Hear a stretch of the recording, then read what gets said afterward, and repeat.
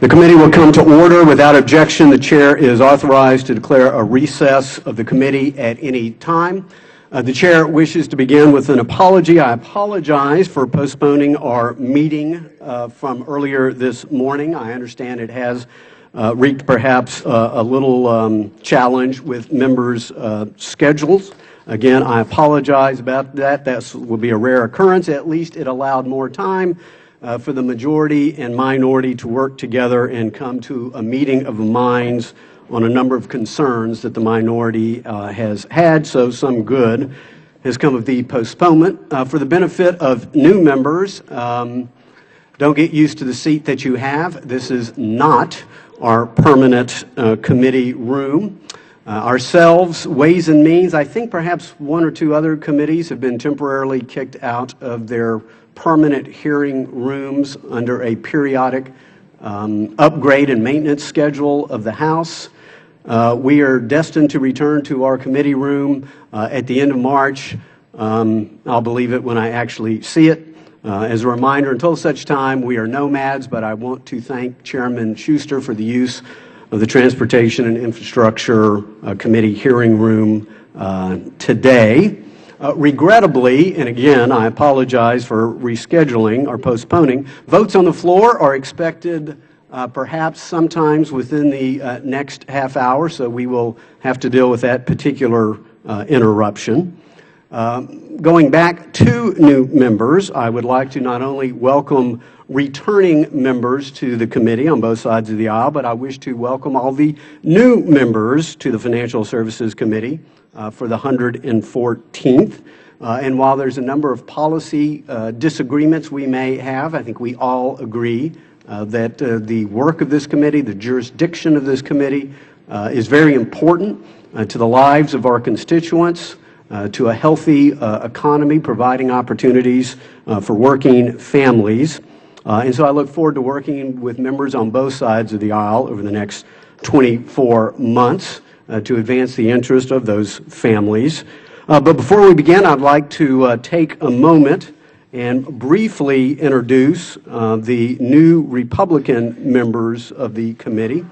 And I use the term new advisedly because we do have a healthy recycling practice here at the Financial Services Committee. So at least on the Republican side, we have a few members who are being recycled from the 112th, I believe in the order of their newly appointed seniority. I'd like to welcome back to the committee Dave Schweikert, representing Arizona 6. Prior to coming to Congress, the gentleman served in the Arizona State Legislature. He served as House Majority Whip. In the mid-90s, he was chairman of the Arizona State Board of Equalization. He was elected Maricopa County Treasurer, I think the fourth largest county in Arizona, and at a time when many municipalities faced tough fiscal times, he was able to return over $300 million to his county. In his previous iteration as a member of this committee, he authored key portions of the Bipartisan Jobs Act. Another recycle is the gentleman from Illinois 10, Bob Dole. Prior to running for Congress, he ran what I'm told is the oldest pest management company in the United States. I don't know why, but it sounds like excellent training for serving in the United States Congress. Also, a particular bias of the chairman. Prior to coming to Congress, he served as Scoutmaster for Troop 13 in his local committee, same troop where he became an Eagle Scout, an honor I share with the gentleman from Illinois. Last but not least, our last recycle project, the gentleman from New Hampshire, Mr. Ginta, came on the committee a little late, came to the committee in August of 2012. Had a background in the insurance industry, previously served as an alderman, a mayor, and a member of the New Hampshire House of Representatives. We are happy to have Mr. Ginta back on the committee. No stranger to the House, but new to the committee, Scott Tipton, representing the 3rd District of Colorado. He was elected to the Colorado House of Representatives in 2008, the U.S. House in 2010. He has spent most of his time working on issues dealing with Western states, but apart from this committee's jurisdiction, but very important to the life of our nation, he has sponsored Katie's Law in Colorado to protect children from our worst criminal offenders, and in the 112th Congress, working on both sides of the aisle, he was able to help advance a federal version of Katie's Law that President Obama signed into law. Next, another bias of the chairman, we have yet another fellow Texan joining the committee, Roger Williams, representing Texas 25. You may not know it, but he knows that you need a new car. He will be happy to talk to you about that. As a long-time person in the retail automobile business, he also served the Lone Star State as Texas Secretary of State. Some of you know that after graduating from Texas Christian University, yet one more school that was robbed in football, we won't go there at the moment, he was drafted by the Atlanta Braves, where he played in their farm system, and regrettably an injury sent him to Congress as opposed to Cooperstown. Roger was first elected to Congress in 2012. Next, from Maine 2, Bruce Poliquin, a third-generation Mainer. Is that what we call you? Mainer, Mainist, Mainee, third-generation member from Maine. Worked his way through Harvard, where he studied economics. I'll refrain from further comment about the juxtaposition of those two terms. Among the jobs Bruce took on to help pay his tuition was cleaning bathrooms and digging sewer lines. I've already used my line about great training for serving in Congress. He spent 35 years in private business, also served as state treasurer in the state of Maine. Next, we have a gentlelady from Utah, Mia Love, who is the daughter of Haitian immigrants, who has obviously experienced the American dream like few others. She was told by her parents that she would give back to this country, and clearly she has. She comes to us after successful stints on the city council and mayor of Saratoga Springs, a suburb of Salt Lake City. Last but not least, on the Republican side, French Hill, representing the 2nd District of Arkansas, comes to us as a background in community banking as founder and chairman of the Delta Trust Bank. In addition, he has previously served as a senior policy advisor to President George H.W. Bush, Deputy Assistant Secretary for the U.S. Treasury, a senior advisor to Governor Mike Huckabee, and he was smart enough to marry a Texan. Please welcome all of these members on the Republican side of the aisle.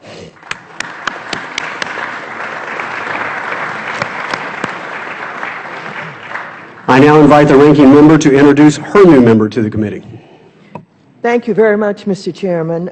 Prior to introducing our newest member of the Democratic Caucus of this committee, I'd like to welcome back all of our members who have served this committee so well. I'm very proud of the members who have worked in this caucus, and they have developed the kind of expertise that has actually inured to all of our benefit. So welcome back all of our members to the caucus who have served with us for the past several years. Now, Mr. Chairman, it is my pleasure to introduce the newest member of the Democratic Caucus of this committee, Congressman Juan Vargas, representing the 51st District of the great state of California. Elected this House in 2012, Congressman Vargas comes to Washington with an extensive experience as a legislator, serving on the San Diego City Council and the California State Legislature as an assemblyman and a state senator. In addition to his distinguished career in public service, Congressman Vargas's professional background in insurance brings a unique understanding of the financial services industry to this committee. Mr. Vargas is one of 10 children, a proud child of immigrant parents, and a father of 2 himself. Mr. Chairman and fellow members of the committee, I will not use as much time as you have used, Mr. Chairman, introducing all of the new members on your side of the aisle. Unfortunately, we only have one, but we're so proud of him. Please welcome Mr. Juan Vargas.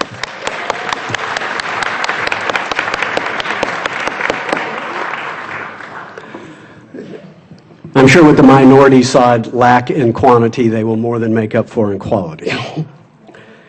Now we will turn to today's business. Pursuant to notice, I now offer a resolution, which every member should have at his or her desk, and I move its adoption. The clerk will report the resolution. Resolution offered by Mr. Henseling to adopt the rules of the Committee on Financial Services pursuant to Clause 2 of... Without objection, the resolution is considered read and open to amendment at any point. I move to strike the last word, and I recognize myself for 5 minutes. Rules of the House, as I think most members know, require that each standing committee adopt rules governing its procedures. Today we do just that. Most of our rules in the 113th have served the committee well. We do believe, however, there are a few exceptions that we will address momentarily in our proposed rules package. The resolution that I present to members today adopts substantially all the committee rules from the 113th, but does make a few targeted changes that I believe will help improve the efficiency of our committee. One of which is to permit the chair to authorize and issue subpoenas. I've had an ongoing dialogue with the ranking member on this. We have attempted to come to some meeting of the minds, although we have very distinct differences about this particular proposed rule. And I fully expect that the minority and majority will disagree on certain of these proposals. We on the majority side especially have been disappointed that we believe this administration has not lived up to its commitment to be the most open and transparent in American history. Even Time magazine, not a bastion of conservative thought, has said the Obama administration, quote, the most secretive presidency in American history. The Congress is a co-equal branch of government. We should be able to demand transparency and accountability. Regrettably, we believe often the administration has not met that standard. And so we believe that this will make the committee more efficient. It is an authority that I hope is used rarely, if not at all. We simply want the administration to produce witnesses and information that is relevant to the committee's business, which helps handle financial services matter for a co-equal branch of government. The change in our rules will make our committee commensurate with at least 6 other standing House committees: Education and Workforce, Foreign Affairs, Oversight and Government Reform, Transportation and Infrastructure, and Ways and Means. And I'm led to believe there are a number of other standing committees that are prepared to adopt a similar rule as well. In addition, the rule will allow an equal amount of extended questioning time for both majority and minority members as permitted by the rules of the House. Again, the purpose of this is in hearings to elicit information from witnesses. The rule change will give myself and the ranking member a little extra flexibility to extend member questioning time. It will be applied equally. It will be applied fairly. I anticipate it would be used sparingly, but occasionally I think members on both sides of the aisle have been frustrated on what they perceive as a witness filibuster. There may be some occasions where extended questioning, either on either side of the aisle, may be helpful for the committee to conduct its business.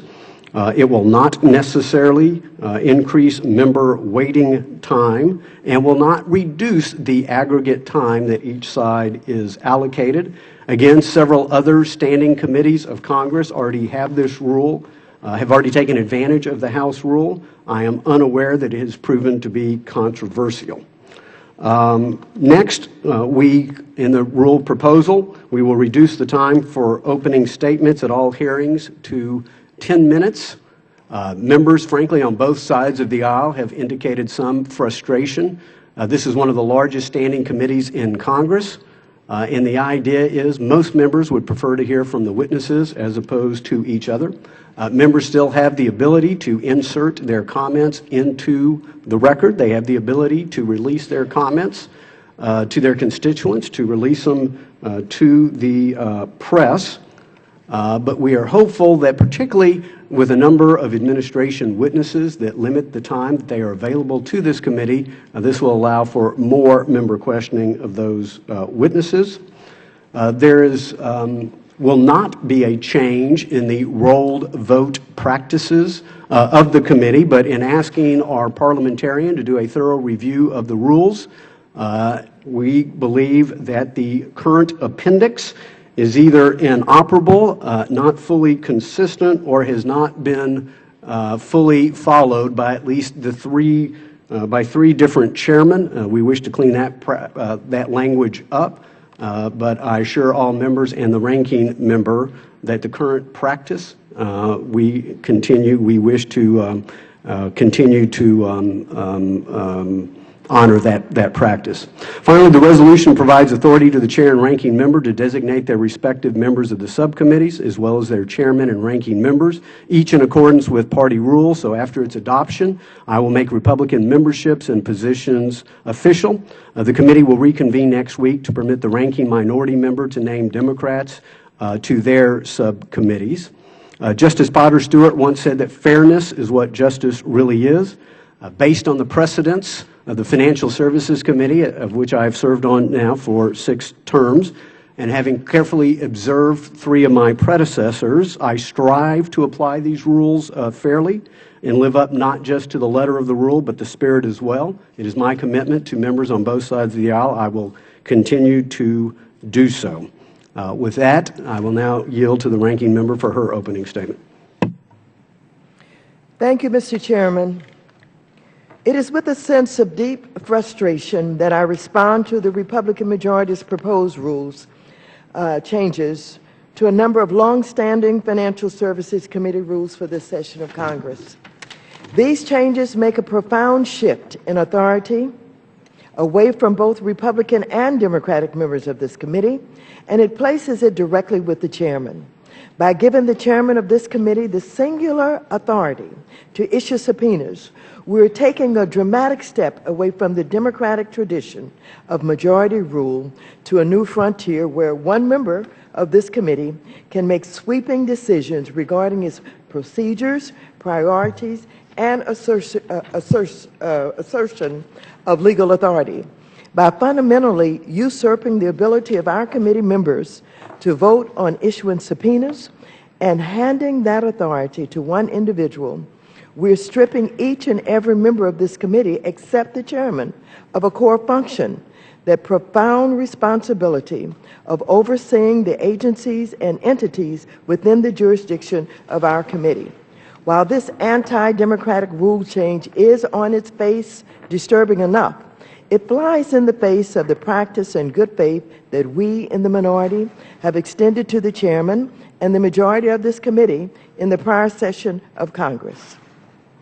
Democrats on this committee and on the Oversight and Investigations Committee in particular bent over backwards to work alongside the majority during its extensive investigations over the past 2 years, even when we distrusted some of these investigations, and even when many of our Democratic members felt extremely uncomfortable with the nature and tone of these inquiries. We worked with, and not against, the majority to subpoena witnesses to get better information and help resolve the underlying issues. In fact, in the 113th Congress, this committee issued 5 subpoenas, and each vote was unanimous.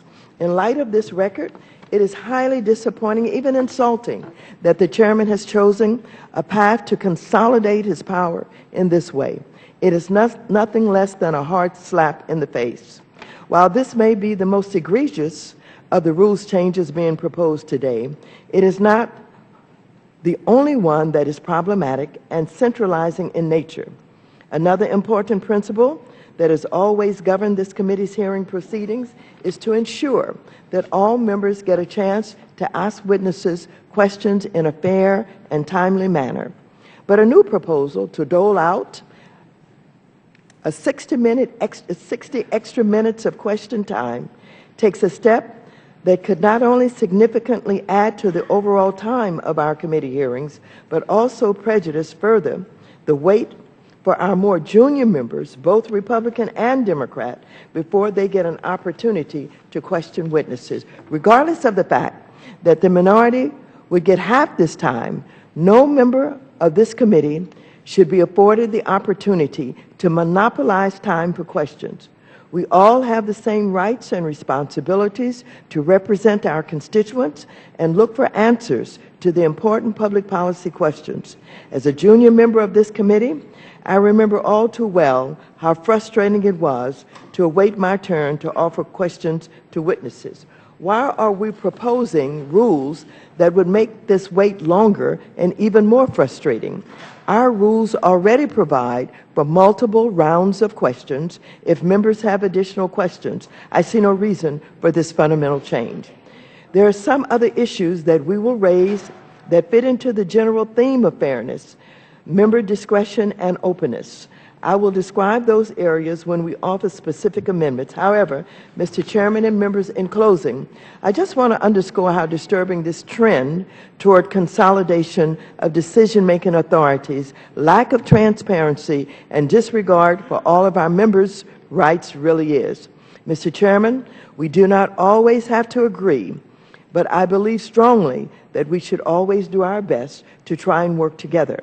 I believe this package of rules changes takes us in exactly the wrong direction. So I thank you, Mr. Chairman, and I will yield back the balance of my time.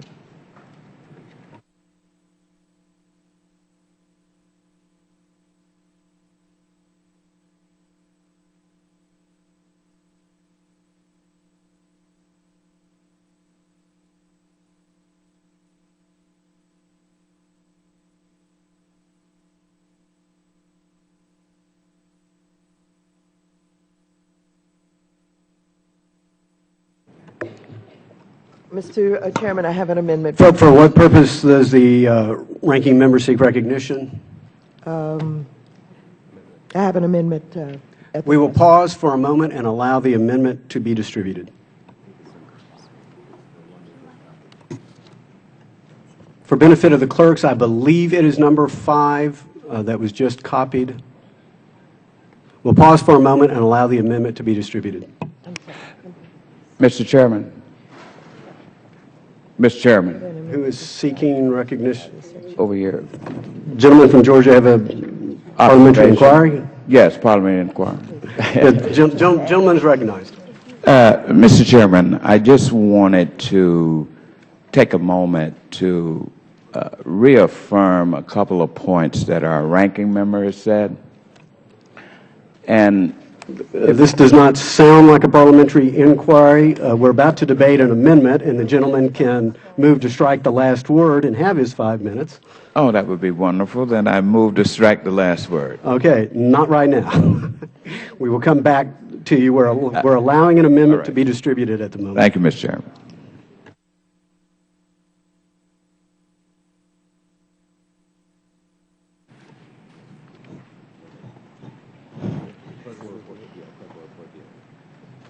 The clerk will report the amendment.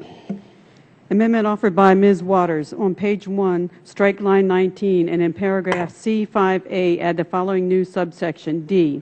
The chair's authority to... Without objection, the amendment is considered read. The ranking member is recognized for 5 minutes to explain her amendment. Thank you very much. As you know, Mr. Chairman, I had an amendment to strike in its entirety the section of the rules package which dramatically expands the chairman's power to issue subpoenas and with just as much force reduces for all the rest of us our ability to participate in the committee decision-making process of when to extend this extremely powerful legal tool. By giving the chairman of this committee the singular authority to issue subpoenas, we are undermining, again, a longstanding democratic tradition of majority rule in this committee and instituting one of decision-making by fiat. The exercise of extended subpoenas should never be taken lightly. In the past, by requiring committee meetings and votes by a majority of the committee, we have ensured that the consideration of issuing subpoenas was deliberate, considered, and supported by a majority of this committee's members. Beyond the general point of fairness to all of our committee members, it is worth noting that in the last session of Congress, the majority attempted to issue subpoenas through regular committee order 5 times. In each of these instances, Democrats worked with, not against the wishes of the majority. Each and every one of those votes was unanimous. Oversight is a very important function of any legislative body and for every individual elected official. But this responsibility with this proposal is being entirely stripped away, given the record of Democrats in the last Congress of supporting the issuing of subpoenas. One is left to ask, what problem is it that we're trying to solve? What about the cooperative nature of our work together in this area in the past 2 years needs fixing? This so-called reform is worrisome at the very least and potentially extremely dangerous. It is apparent that there is a push from the Republican leadership in the House to expand subpoena authority across several committees, but that doesn't mean this committee should reflectively join in that effort. There is ample reason to worry about excesses and overreach in this process, as exemplified by the actions of Chairman Issa at the Oversight and Government Reform Committee during his tenure. Given this committee's track record of cooperation in this area, I honestly do not see why there is a need to enlist in the efforts of the Republican majority's plan to expand subpoena power just because we can. I think the members of this committee deserve more respect than that. In closing, I would like to urge members of both sides of the aisle to think very carefully about what we might do here. Is this really the way we want to conduct important committee business? Do we really want to delegate away all of our rights as members of Congress? I think not, and I think a majority of my colleagues would agree. However, given the situation that we find ourselves in, we must do a reality check, and I'm pleased that despite the fact that I'm not completely happy, that we have been able to come to an agreement to provide the minority with 2 days' notice unless an emergency makes that impossible. Mr. Chairman, this amendment also represents a cooperative effort between the two of us to resolve issues that the minority raised with respect to aspect of the rules change proposals. Specifically, this amendment would ensure that the period between when our committee considers amendments and bills and when we vote on them, it is kept to a reasonable and short time frame. I think our committee practice of keeping this window short, usually less than 1 day, is in keeping with fair practice. By maintaining our current rules for postponing votes, I think this amendment ensures that will continue. And we have come to an agreement on ways to clarify that certain longstanding customs and practices surrounding calling and conducting postponed votes, such as reasonable consultation, will be encoded in the committee rules.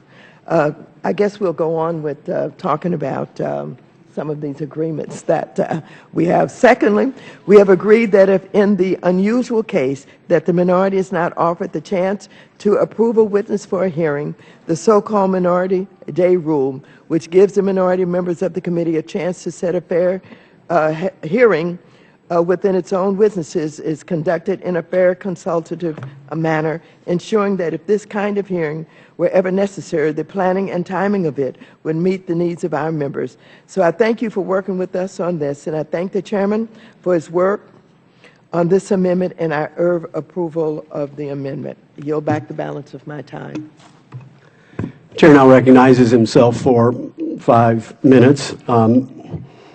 After all the kind words spoken by the ranking member, how could I not endorse this particular amendment?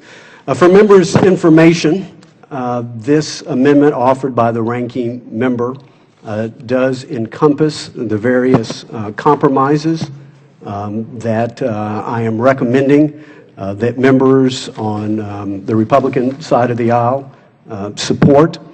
And again, as chairman, I may not always have the votes I would like to move policy matters. I think I will always have the votes necessary to move procedural matters, but in the spirit of working with the minority and trying to accommodate legitimate interest and concerns they have, I believe, and I will recommend to the members on my side of the aisle, that we take the language that is being proposed here. Particularly the first clause builds upon the good part of Appendix 2 in dealing with the long-standing customs regarding rolled votes. It may be a new phenomenon to the new members, but it is very useful and I think an efficient use of members' time in order to do this. And I will accept the language being proffered by the minority on this. The next section gives the ranking member say-so in scheduling minority days for hearings. That is previously not an opportunity that the minority has had. It is one in the spirit of compromise we will offer. With respect to subpoenas, it is clear that the ranking member and many in the minority do not agree with this policy change. It is the one that perhaps we have had our most vigorous debate between myself and the ranking member, but nonetheless, we have decided to enter into a compromise. This is the language that the minority and majority have agreed to, and so I would commend it to all members to approve this. And again, I have been in the majority, I've been in the minority. Majority's more fun, although there's a whole lot more work attached to it. So I do understand the concerns of the minority, but I would say surely any rule can be abused. There's no doubt about that. It is how the rules are applied, how are they enforced. I've at least had a 2-year record now. I've strived to be fair to members of both sides of the aisle. That is my commitment, and I'm sure if you don't believe I'm living up to that commitment, I'm sure the minority will not be shy about calling me out on it. But again, I believe that the changes we're making in the rules ultimately will benefit the efficiency of the committee and frankly benefit all members. And so I would urge adoption of this amendment offered by the ranking member as a compromise, a reasonable compromise between the two parties on concerns that they have. I yield back the balance of my time. Who seeks recognition? The gentleman from Georgia seeks recognition. Yes, Mr. For what purpose does the gentleman seek recognition? To strike the last word? The gentleman is recognized for 5 minutes. Thank you. Mr. Chairman, I just want to call attention to one of the concerns that the ranking member has brought up. And maybe it's clear, maybe it's in this agreement concerning hearings. Hearings are extremely important for this committee, probably more than, I won't say more than any other committee, but yes, I will say that because we're dealing with the financial apparatus of this country and in many respects the world. One of our concerns and one of the ranking members' concerns has been in 2 areas. One, the number of witnesses that we are allowed. My hope is that given where we are, that we will have a fair number of witnesses that will balance each side.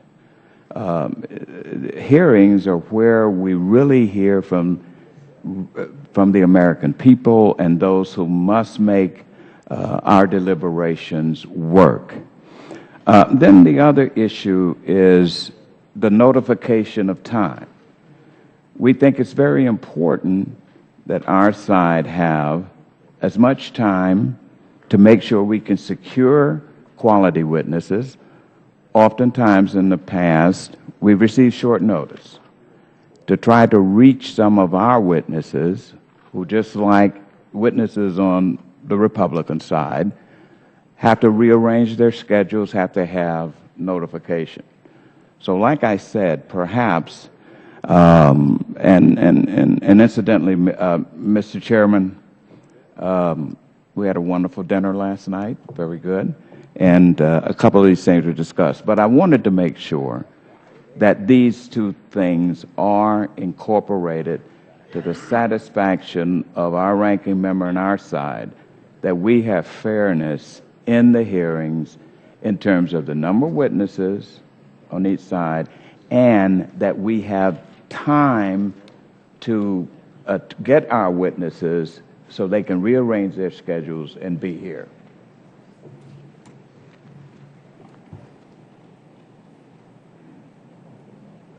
I'm sorry, does the gentleman yield back? Yeah, oh, yes, I yield back. Okay. What I would like to get an answer to that. I mean, is that incorporated into this rule package, that those two things, that our side will be given an equal number of witnesses, and that the ranking member will have enough time as the other side to make sure that our witnesses we can contact will have a chance to rearrange their schedules and be here? Is that? Well, if the gentleman will yield, I don't believe these matters have been traditionally placed within the rules. I don't recall a conversation, or perhaps a recent conversation, between myself and the the ranking member, dealing with the timing of hearings. We have in our rules the amount of notice.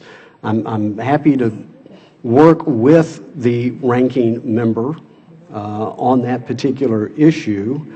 And I'm sorry, your other issue is dealing the number that we have. Oftentimes, the Republican side may have 4 or 5 witnesses, whereas the Democratic side will have only 1. Well, if the gentleman will continue to yield, Yes, again, sir. that is, at least since you and I came to this Congress and came to this committee at the same time, I think the gentleman knows this has been the Yes, sir. long-standing practice. I remember enjoying the other side of this rule. I use that term advisedly when I was in the minority. So, no, we don't quite anticipate changing that rule now that we're in the majority.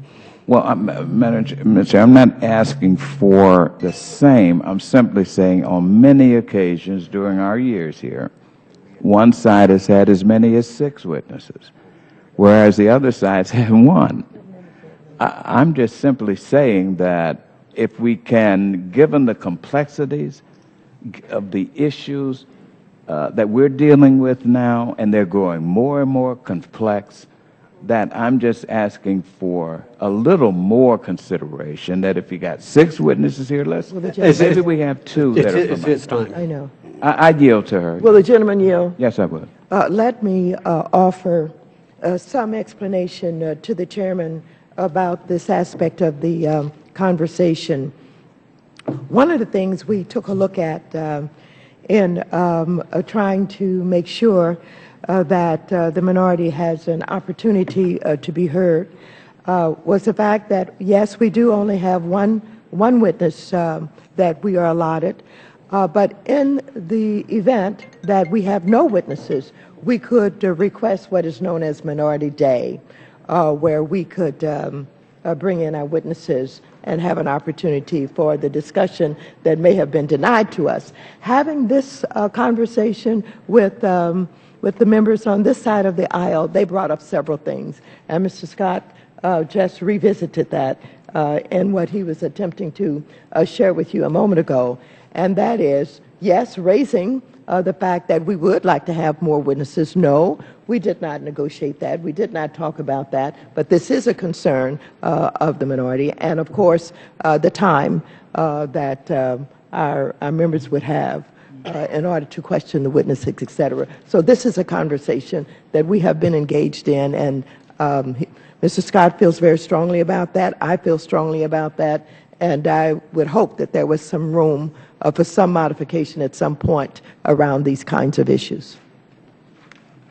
The gentleman's time has long since expired, but I would be happy to work with the ranking member to see if there's a way to address. Thank you for your generosity. I wish to alert all members that there is now a vote that has been called on the floor. if it is the will of the committee to accept the compromise between the chair and the ranking member, I would alert all members that they will certainly have at some point during our proceedings the ability to strike the last word and comment upon any of the substance. It would be the chairman's hope that we could dispense with this compromise amendment now and then recess and go to the floor, again, if it is the member's will to accept the compromise, which is a short way of saying now, are there any amendments to the amendment? If not, the question occurs on agreeing to the amendment. All those in favor say aye. Aye. Those opposed say nay. In the opinion of the chair, the ayes appear to have it. The ayes have it, and the amendment is agreed to. The committee will stand in recess until the end of votes on the floor. We stand in recess.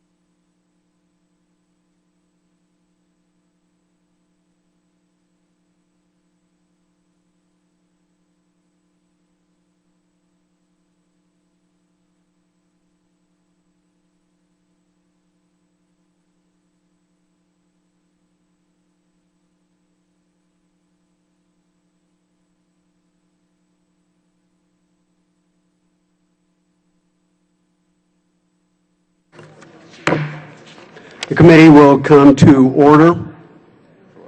For what purpose does the ranking member seek recognition? Mr. Chairman, I have an amendment at the desk. We will pause a moment and allow the amendment to be distributed.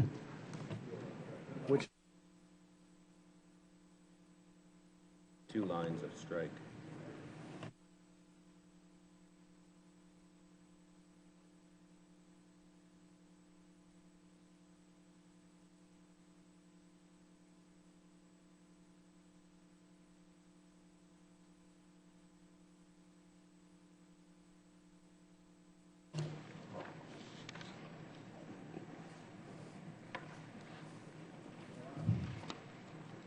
Is there any member who has not received a copy of the amendment?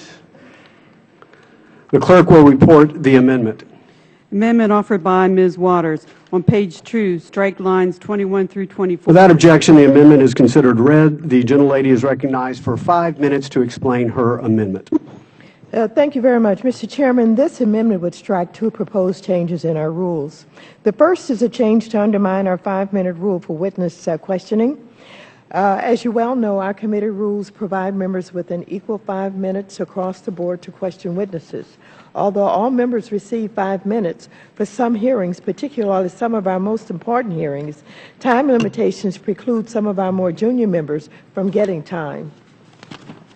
Even still, when we have hearings where this is time remaining and all members have already asked their preliminary questions but want additional time, our rules allow for additional rounds of questioning.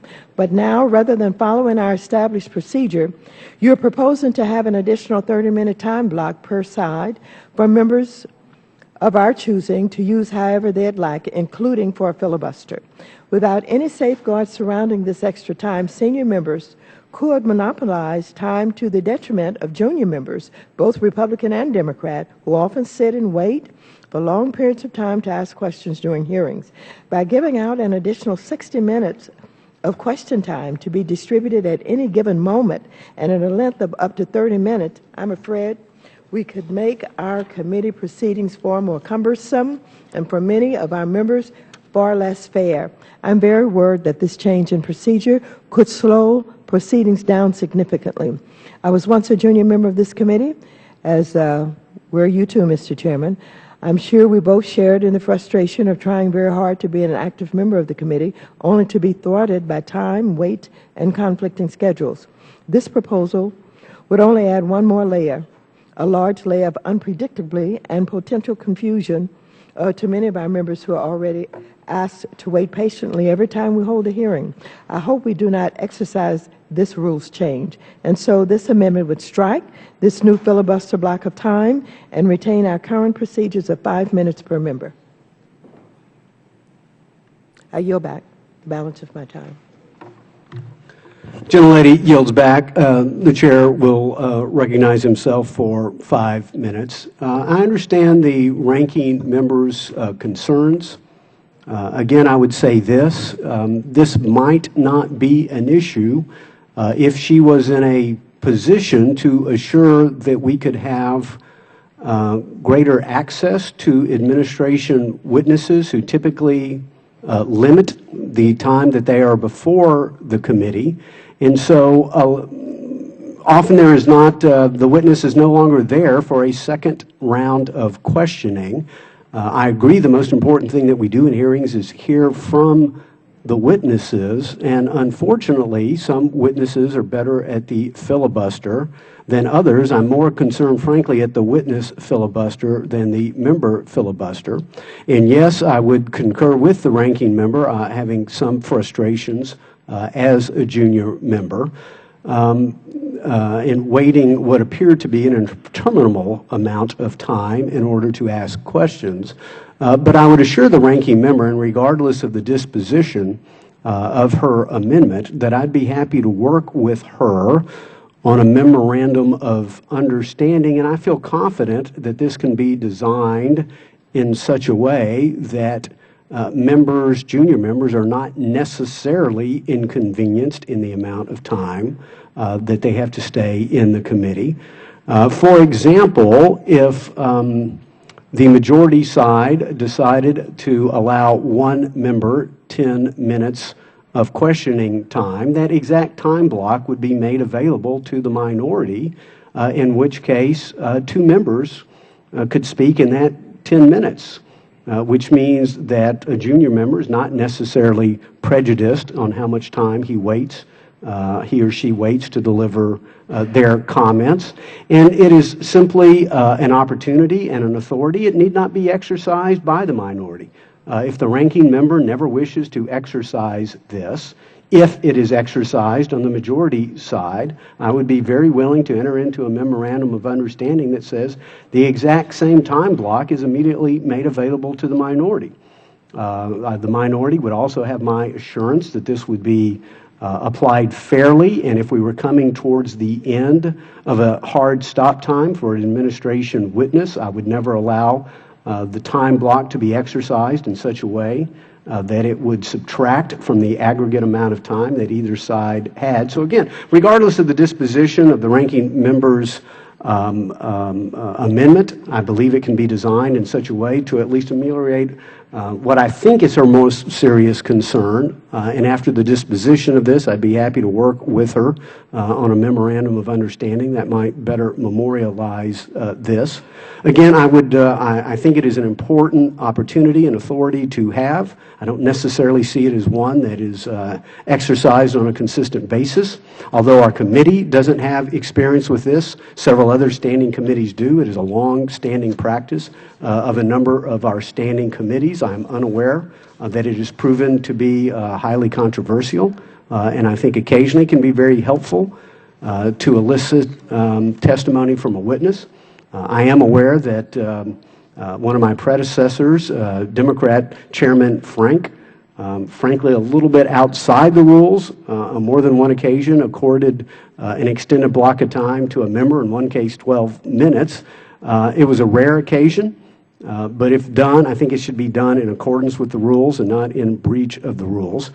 So at this point, I would encourage members to vote nay on the ranking member's amendment. And again, rest assured that we will use this in a way that helps elicit testimony, and the ranking member can certainly use this in such a way to where her members are not disadvantaged. I yield back. Does anyone else seek recognition? For what purpose does the gentleman from Michigan seek recognition, assuming he is seeking recognition? Yes, move to strike last word. The gentleman is recognized for 5 minutes. I thank the chairman for that explanation, and I actually would be amenable to, obviously you have the majority and would likely be able to prevail, but your explanation of how you might choose to exercise this provision would make me much more comfortable if in fact it were part of the rules as being proposed. In other words, if the majority side, or the minority side for that matter, wishes to exercise its prerogative under this rule to extend witness questioning for the reasons that you stated that I think are completely valid, so long as it didn't have the effect of prejudicing the other side's ability to pursue its questioning within the time frame that it would be offered. So if you wanted to use a half an hour, and that would allow 6 members on the minority side to, in consecutive fashion, offer their questions, that would make a lot of sense to me. But I don't see that included in the language of the rule. I don't know if there's a way to do that, and I'm not sure what the enforceability of a memorandum of understanding would be, but I think what you suggest makes much more sense than the way I read the rule as it is presented. Would the gentleman yield? Yes. Again, I will be very happy to work with the ranking member. I'm obviously saying this in public forum on the record, regardless of the disposition of this amendment. I mean, the specificity is not something that you would typically find in the rules, but I'm willing to put into writing a memorandum of understanding to design this in such a way to where minority rights, the entire block of time that they otherwise would be accorded, will not be diminished. I will say that for the public record. And in addition, should the majority side wish to exercise extra time, immediately the identical block will be made available to the minority. and I would be very happy to work with the ranking member after the disposition of the rules package to put together a memorandum of understanding that memorializes that in writing. And I thank the gentleman for yielding. Thank you, and I yield back. Who seeks? The gentlelady has already been recognized, but I'd ask unanimous consent that the ranking member be able to speak again. Without objection, the ranking member is recognized. Oh, well, Mr. Chairman, I have a second change to the opening, to the amendment that I just made. Your resolution proposes to cut our opening statement time in half. This may seem like a relatively small change, but I believe it has significant implications. For some of our members, opening statements are the only time they can participate in a hearing. Cutting this time in half will strongly disadvantage our members without providing any significant benefits, particularly when taken together with the changes you propose to make to our time for questioning witnesses, preserving the ability for junior members to participate in opening statements. It is all the more important.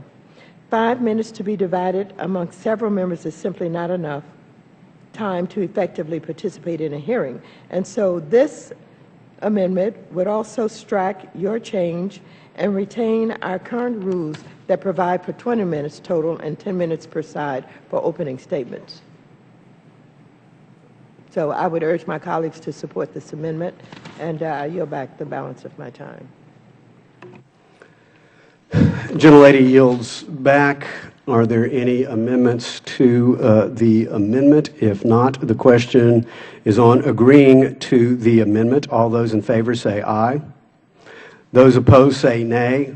Nay. In the opinion of the chair, the nays appear to have it. The nays have it, and the amendment is not agreed to.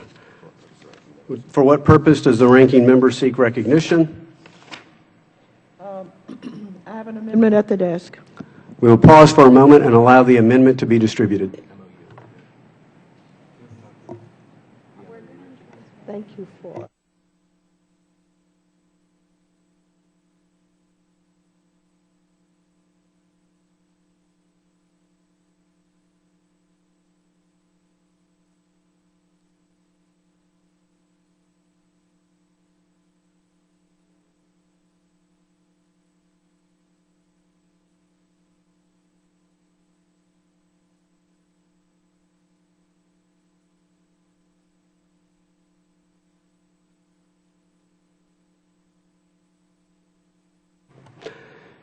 Are there any members who have not received the amendment? Have all members now received the amendment? The clerk will report the amendment. Amendment offered by Ms. Water, page 2, line 13. Without objection, the amendment is considered read. The gentlelady is recognized for 5 minutes to explain her amendment. Mr. Chairman, this amendment would make common sense, reasonable changes to your proposal to include a new 60-minute block of time for members to ask witness questions. Although my preference is not to include this significant departure from our current procedure, this amendment provides some safeguards that are missing from your proposal. First, the amendment would subject the additional time to the 5-minute rule. As I previously stated, it is within the committee's purview, and we often exercise this authority to provide for multiple rounds of questioning. However, those subsequent rounds are still subject to the 5-minute rule. If we are not going to wait for multiple rounds for members to be able to ask their additional questions, then we should at least carry over the 5-minute rule into the extra time. Second, no member should have the opportunity to ask additional questions beyond their 5 minutes before other members have had the opportunity to ask their first questions. Therefore, this amendment states that no member can be recognized for additional time until each member present has been recognized once for their usual 5 minutes of questioning. This common sense protection ensures that hearing schedules are not thrown off track by unexpected time grabs by more senior members. It also ensures that junior members have the opportunity to ask questions. With these two small changes, I believe that we can come to an agreement on additional time for questioning, but without any limitations in place, it is difficult for me to support a 30-minute block of time that can be granted to any member at any time. So I thank you, and I yield back the balance of my time. Gentlelady yields back the balance of his time. The chair recognizes himself for 5 minutes, but does not expect to take the full 5 minutes. Again, I understand the ranking member's concern. I would say if she was in a position to guarantee that we could have administration witnesses for longer than the standard period, which appears to be somewhere between 2.5 to 3 hours. I think historically that means maybe a little over half, maybe 60% of this committee is accorded the opportunity to question senior administration officials. My point is rarely do we ever have a second round of questioning with respect to an administration witness. If a administration witness is being recalcitrant in answering a question, they're without any prejudice to the minority's amount of time, the majority wants to be able at that point in time to ensure that we get answers from the witnesses. So again, this would probably not be an issue if we could have an administration witness here for a longer period of time, which I do not believe is going to occur in the 114th. So I would respectfully request members to vote nay on this amendment. I yield back the balance of my time. Commission, are there any amendments to the amendment? If not, the question is on agreeing to the amendment. All those in favor say aye. All those opposed say nay. Nay. In the opinion of the chair, the nays appear to have it. The nays have it. The amendment is not agreed to.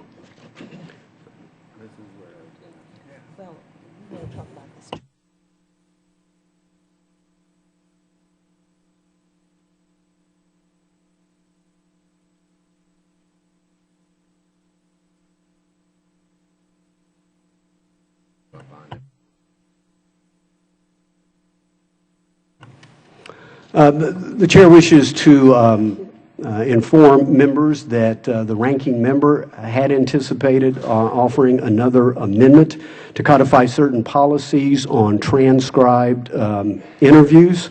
I've offered to her privately, I now wish to do publicly, to work with her on a memorandum of understanding of what the policies would be. At this point, we have not we do not have written policies in lieu of this, and so again, I wish to work with her on an MOU that will be fair to all involved. Again, I hope in the 2 years I've served as chairman, I have deserved that reputation, and as pursuant to House rules, I am willing to work with the ranking member on a memorandum of understanding to come with mutually agreeable policies on transcribed interviews. I'd be happy to yield to the ranking member. Thank you very much, Mr. Chairman. I'm very pleased that you have agreed to work with me and my staff to develop a memorandum of understanding that will govern our conduct on these proceedings going forward. By taking this action, we will establish fairness and clarity as a precedent where rules have not existed previously. As a result of our agreement, I will not be offering the amendment I had planned today, and I look forward to working with you on this matter, and I thank you, and I yield back the balance of my time. Chair yields back the balance of his time. Are there any other amendments?